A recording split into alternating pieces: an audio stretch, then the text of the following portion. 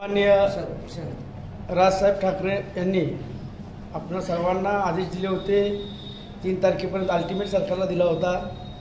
या राज्यातील जे भोंगे आहेत ते खाली उतरवलेच पाहिजेत। सरकार जर हे करत नसेल तर 4 तारखेनंतर आपण महाआरतीचं आयोजन करावं।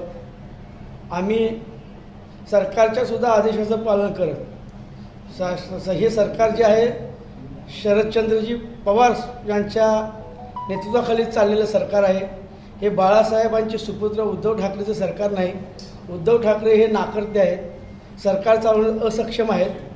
त्यांनी त्यांच्या वडिलांचं स्वप्नसुद्धा ते पूर्ण करू शकत नाहीत। सन्माननीय राजसाहेब ठाकरेंनी आदेश दिल्याप्रमाणे आम्ही आज आमच्या इथे सोन्या मारुती येथे महाआरतीचं आयोजन केलं होतं, परंतु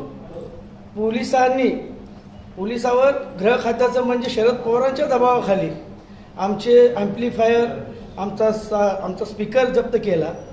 परंतु सन्माननीय मनसे नेते दिलीप बापू धोत्रे, जिल्हाध्यक्ष विनायकांना महेंद्रकर, शहराध्यक्ष जैनुद्दीन शेख व आम्ही सर्व मनसैनिकांनी अगोदरच सर्व पदाधिकाऱ्यांना कार्यकर्त्यांना आदेश दिला होता की बाबा भविष्यात आपल्याला हनुमान चालीसा पाठ करावी लागेल, कारण या देशामधलं जर हिंदुत्व टिकायचं असेल तर प्रत्येक राजभक्तांनी प्रत्येक मनसैनिकांनी हनुमान चालीसाचं पठण करावं। आणि त्याचाच आम्हाला आज इथं उपयोग झाला, कारण इथं पठण करायला पोलिसाच्या दबावाखाली ब्राह्मण सुद्धा येईना महाआरती करायला।